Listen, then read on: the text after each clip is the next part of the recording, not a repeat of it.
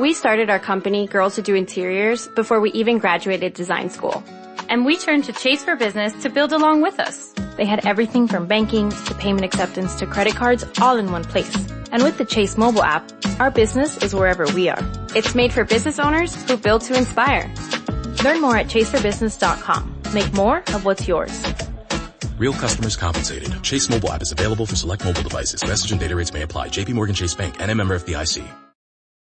For Mervis Diamond Importers, I'm Ronnie Mervis. Once again, Mervis sets the standard for jewelry. You've got to see our new collection. Straight row diamond tennis bracelets remain a favorite. They're simple and elegant. Our neck pieces are so sexy, they're almost illegal. Imagine a perfect diamond, suspended from a delicate gold chain, resting securely in the small of her throat. What a beautiful, sensuous gift. Our magnificent diamond bands will melt her heart. The Mervis diamonds are ferociously brilliant. They seem to leap out at you. The designs are daring and rare. You'll find them at one place only, Mervis. And as for earrings, Mervis proudly shows the newest diamond ear studs, dangles, hoops, and anything else you can imagine.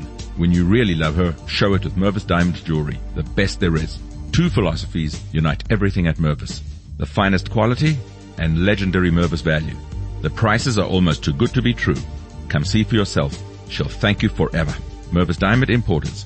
Financing is available. Go to mervisdiamond.com. Again, that's mervisdiamond.com or call 1-800-PER-LOVE. And now, another tale well calculated to keep you in suspense. The time, Christmas 1958. The place, Korea. The story, a Korean Christmas carol, written for Suspense by George Banver.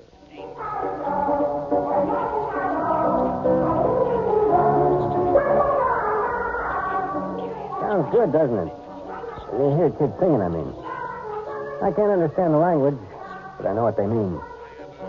They sound so fresh and full of promise, almost as if they knew. But then I'm getting ahead of myself. The name's Connolly, PFC Larry Connolly. I'm a soldier in Korea. I was sent here just about a year ago, this time. That's where this strange story begins. Christmas, 1958.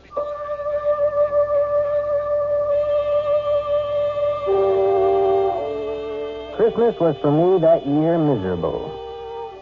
I'd been stuck on guard the night before, and so I planned to stay in bed the next day and forget about Christmas. I hadn't counted on my first sergeant.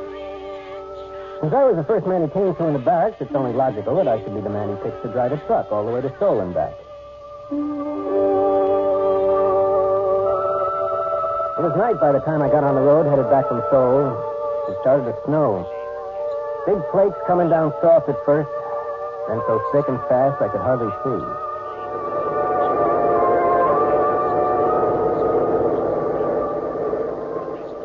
I was just over that first range of mountains. Was starting on the twisting, slippery way down when I saw him. The sight of him scared me wide awake. He was standing bareheaded, the wind whipping the snow and his hair around his face. When he raised his thumb, I had the strangest feeling he'd been expecting me. Almost as if it were unnecessary. As if he knew I'd stop. You want a lift? I'm going as far as Camp Santa Barbara. Well, where's that? You mean where's that? Everybody knows where Camp Santa Barbara is. Don't stand there with the door open. Hop in. All right. Well, you picked a lousy place to hitchhike. It didn't stop. Oh, thanks. What happened to your gloves? Your hands look half frozen. Gloves? Well, I must have lost them. Must have, don't you know? Yes. Yeah, sure. I must have left them laying on the counter of the PX back there. Were your hat back there, too? No. I lost my hat in the dark. I fell. I suppose that's why your uniform's muddy and your jacket's torn. Oh, yes, that's right. Of course. I was walking along the edge of the road and I slipped in the dark. And I slid halfway down the embankment before I could stop. I see you managed to hang on to your bag. Oh, yeah, I can't afford to lose that. It's important. I'm late as it is. What outfit you from? 3rd Recon, 7th Division Infantry. Infantry? No artillery up this way. The infantry stationed about 7 miles back. You're heading in the wrong direction. Yeah, well, 3rd Recon is a special detachment. We're off in the hills. All by ourselves. It's just off this road. I've heard of it before. My name's Connolly. Larry Connolly. What's yours? Oh, thanks. Mine's Richard Dombrowski. Good to know you, Dombrowski. Hey, look, if you can let go of that bag long enough, I'll let you wear my gloves till your hands warm up. Oh, no, thanks. That's all right. I'll put them in my pocket.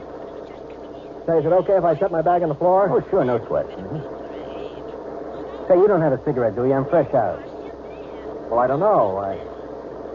Wait a minute. Yeah, here's some. Let me light it for you, though. You watch the road. I saw a whole truckload of troops disappear over that curve up ahead. Killed all but 2. Yeah? When that happened? 1951. 1951? Yep. You were here when the war was on. I guess you could say that. Tell me, Dombrowski, what were you doing Christmas Day? That they didn't send you all the way to Seoul with an empty truck on a wild goose chase. That's what I did today. What did you do 7 years ago? Well, you see those lights up ahead? That's the village of Cheonggyu-ri. We marched through there the day before Christmas. You scared? Oh, I think everybody's scared. Hey, look out. You'll burn yourself. What's the matter? Cigarette burned all the way down to your fingers. Oh. Isn't it burning you? Well, that? No. I guess it burned itself out before it got to my skin. Anyway, you see that hill over there? Well, Christmas Day, 1951, my platoon was all dug in around that hill. No kidding. Mm-hmm. We went out on a patrol from that hill.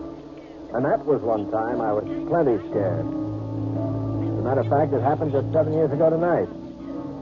It hadn't snowed that day, but there was snow on the ground. I can remember because the guys were joking that at least we had a white Christmas. And what a Christmas it was.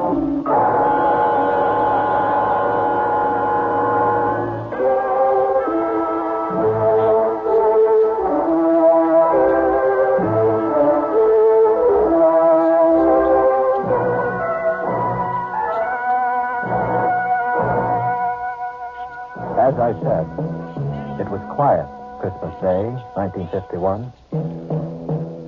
We were sitting around in our holes waiting for the fun which we knew would begin the next day. They'd managed to get hot turkey up to us, so we were relatively comfortable and happy until Brownie, our squad leader, came back from a talk with the old man. All right, I'll take the first 5. The old man wants us to go out and have a look around. Come on, knock it off. Get ready your dog tags and canteens. Anything that might rattle or make a noise. We won't be gone long, but we're moving light. Hey, Whitey, might as well leave your helmet here. We want to move quiet. But, Sarge, it's too cold to go out without a hat. Shut the comedy, Walker. We moved out on schedule just as night was falling. And with the night came the cold. We moved rapidly along the valley for about an hour or so when Brownie stopped and raised his hand. All right, you men, hold it up. Once we get on the other side of that ridge up ahead, we'll observe maximum security. No talking, no lights. Keep down. And watch where you put your big clumsy feet. Yeah. These people just love tripwires with flares attached. Walker, you still got the walkie-talkie? If I didn't, I wouldn't be here to tell you about it. Still working? It's warm, if that's what you mean. That's more than I can say for myself. All right, keep it that way. We may need it if we run into trouble. Hey, while we're here, let's take one last check on your gear. Make sure your rifle bolts aren't frozen, weapons on safety, and all grenades are secure in the pins. Okay, everybody set? Let's move out.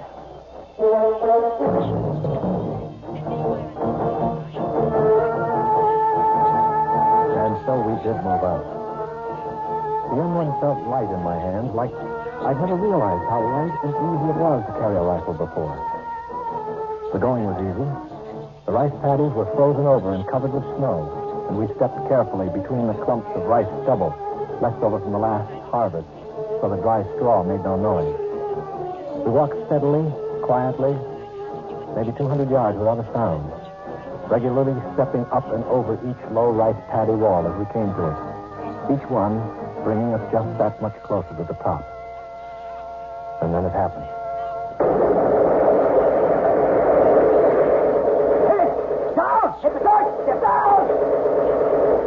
Somebody must have tripped the wire because suddenly the inky black was transformed into the merciless white of the operating table. Everything seemed stopped and slowed down, just like an old movie before the projector blows up. I could see the other guys, the hills, and the deadly winking fires of the guns. And then we fell down to the protection of the earth. And some of us fell with metal in our bodies. Crawl, you ape. Crawl to the mud side and carry hold. They can't hit us there. And we crawled, digging our knees and fingers into the frozen mud until they were bruised and torn. We crawled closer to the ground and faster than we ever had before. We crawled to the sanctuary of a foot-high mud hill. Keep your head down. They got us pinned. One's about 150 yards to our front. Where's the other? The other's 200 yards to the left. They got us pinned in a crossfire. We'll never get out of here. All right. Now, don't panic. Keep your head down. We'll make it out. Walker, see if you can raise Lady's wolf on the walkie-talkie. Walker? Walker's laying out there in the middle of a patty, Brownie. She's never going to have to worry about being warm again. Smith's out there, too. I saw him get it. I saw it when the flare went up. I saw him catch it in the front. Okay, Harry, easy. You still got the walkie-talkie. Can you see if it's all right? He's laying on it. It's hard to tell. Whitey, that flare is going to go out mighty quick. If a man was fast, he could probably streak out there and back before they put up another one. We can use that walkie-talkie to call up some artillery to get these Martians off our back. I can't, Brownie. I must have been hit. I can't move my legs anymore. I can't even feel them. Easy. Are you bleeding bad? No. Harry, you all right? As far as I know. Stevens? Sure. I'd like to take a whirl at that walkie-talkie. Wait till that flare burns out. It's dying now. Just a few more seconds. Go.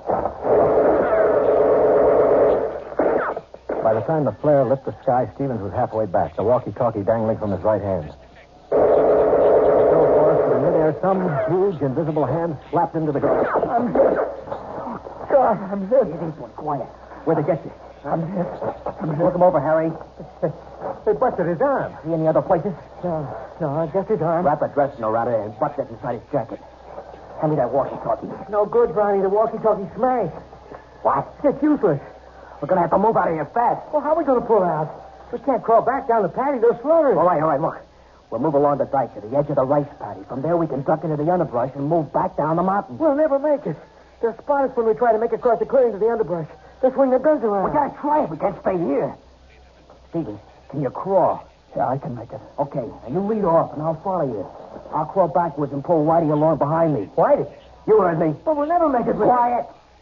All you have to do, Harry, is follow along behind and pick up the pieces. Take his weapon. It'll make him lighter. Keep your hands off me, Harry. Come on, Whitey. We haven't any time to fool around. I'm not fooling. I'm not going with you guys. Come on, you lost too much blood already. That's just it. Like you said, Brownie, it's only a matter of time. You can't get anywhere with me. You'll never even get past the clearing trying to drag me across. You're smart enough to know that, Brownie. You'll be tough enough, even with two good legs. We're not leaving you here. That's what I figured you'd say, Brownie. I'm still in charge here. I figured you'd say that, too. Brownie, you see this grenade? It doesn't have any pin in it. The only thing that keeps the spring from taking the clip off is my hand. Knock it out of here, Brownie, before I let it go. Oh, why? Why do you want me to let loose of this grenade? Now, prop that BAR up in the dike in front of me. And scatter the clips so I can get at them. I'll wait until you guys get to the edge of the patty before I open up. Look, baby. I'm still holding the grenade, Brownie. Time is running out. You're going to have to hurry. I feel like I want to fall asleep, and I don't know how much longer I can stay awake. Just wish me a very Merry Christmas and beat it. Merry Christmas, Whitey. All right, you guys, what are you waiting for? Let's move out.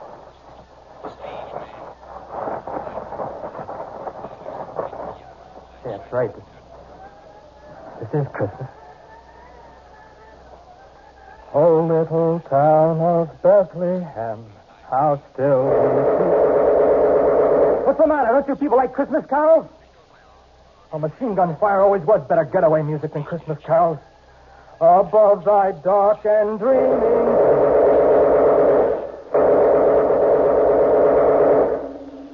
Whitey lay there until the others had crawled to the end of a low rice paddy wall. And then he threw his grenade.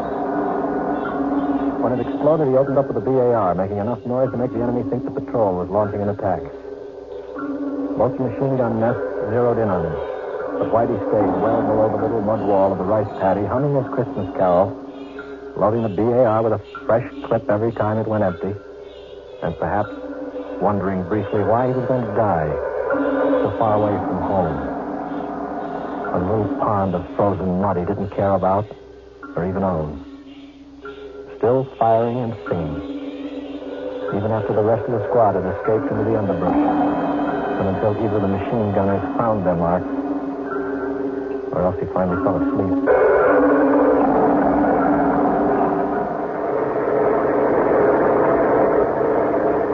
Gosh. He was quite a guy. No, I guess it was just a detail that had to be done, and he had to do it. Well, there's my stop right there where that little road turns off up ahead.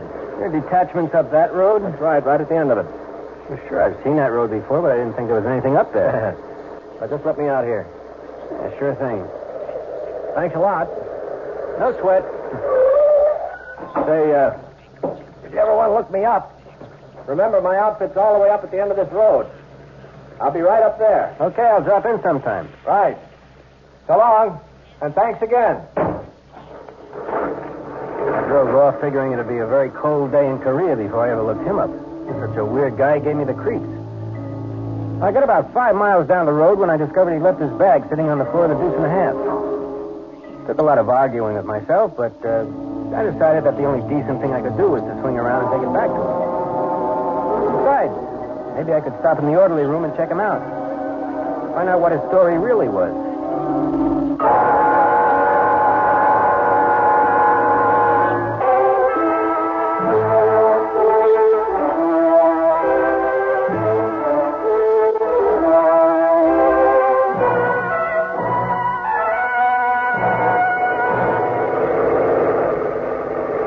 Back, I almost missed the road because it was so small and seldom used. I drove up it for about 10 minutes. I was beginning to wonder if I hadn't gotten the wrong road after all. But I passed no other vehicles or GIs or anything to indicate there was an infantry company around. Just when I was ready to turn back to the main road, I saw lights twinkling up ahead from what looked like a couple of Quonsets. It seemed impossible that an infantry outfit could be housed in 2 Quonsets, but I pulled a deuce and a half to a hole outside the gate and cut off the motor. I picked up the AWOL bag, got out of the truck, trying to figure out which one was the orderly room. I walked across the hard-packed snow of the yard to the first Quonset. I still couldn't figure it out. Light and warmth seemed to pour from the windows along with the music I remembered from somewhere, but couldn't quite understand. I stepped up to the first window I came to and looked inside. There were kids all over the place, kids of all sizes and descriptions, kids just old enough to sit by themselves. Kids just losing their first teeth. Some just starting their teens. I stood in the snow spellbound, just watching them sing. Finally, I tore myself away and headed for the front door, eager to be inside. A plaque made out of the howitzer shell stopped me. In the faint light, I could just barely make out the words engraved on the polished brass. But finally, I read it all. It said, "This orphanage has been erected and maintained in the memory of Corporal Richard Whitey Dombrowski, who somewhere north of the village of Chungju-ri, Christmas night, 1951, willingly gave his life that others might live." Suddenly, I didn't know where I belonged anymore. The AWOL bag dragged at the end of my arm like a 1,000-pound weight. I could figure what was in it, but I tore it open anyway. The bag full of candy, soap, and toothpaste and gum shined up at me, looking as rich and rare as frankincense and myrrh. I closed the bag, laid it up against the door, close, so they wouldn't miss it. And then I banged on the door as loud and long as I could, until I was sure that they heard me. And then I ran. I ran back down the road to my truck as fast and as hard as I could.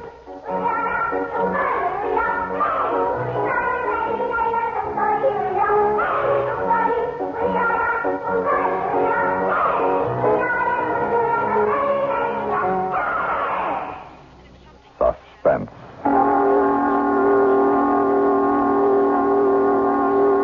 You've been listening to a Korean Christmas carol written for Suspense by George Bamber.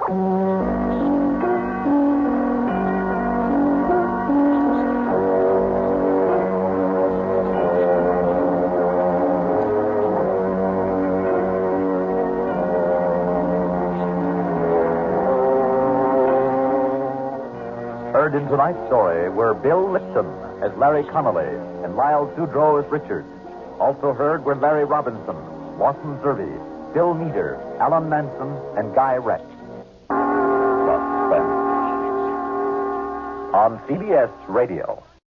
For Mervis Diamond Importers, I'm Ronnie Mervis. Nothing will flatter her more than Mervis Diamond ear studs. She'll wear them every day. It's the one essential she'll never take off. Mervis Diamond ear studs are classic. They're the ideal accessory. Our studs are brighter and flash more. That's my guarantee. It's the world-famous Mervis quality which creates that blaze of light. Mervis Diamonds are so brilliant, it's rude not to stare. Mervis proudly shows the most diamond ear studs. We offer all sizes and prices. Starting at just $500 for gorgeous half carats, our unrivaled collection includes studs from modest to truly grand. The amazing thing is the Mervis value, which makes our diamond ear studs so affordable. For the rest of time, you can trade up your Mervis diamond ear studs for larger, and we'll apply the full purchase price. It's the gift that keeps on giving. Just bring your studs back whenever you're in the mood and keep moving up. All you pay is the difference. Mervis Diamond Importers. For diamond ear studs she can't live without. Financing is available. For stores, go to mervisdiamond.com. Again, that's mervisdiamond.com or call 1-800-HER-LOVE. Feel the whoa with Listerine at BJ's. You can save $2.50 now on Listerine products like Total Care Anti-Cavity Fluoride Fresh Mint Mouthwash or Cool Mint Pocket Packs Fresh Breath Strips at your nearest BJ's location. Experience the feeling of a million germs zapped in seconds with Listerine. Discount available through December 24th. Save now only at BJ's.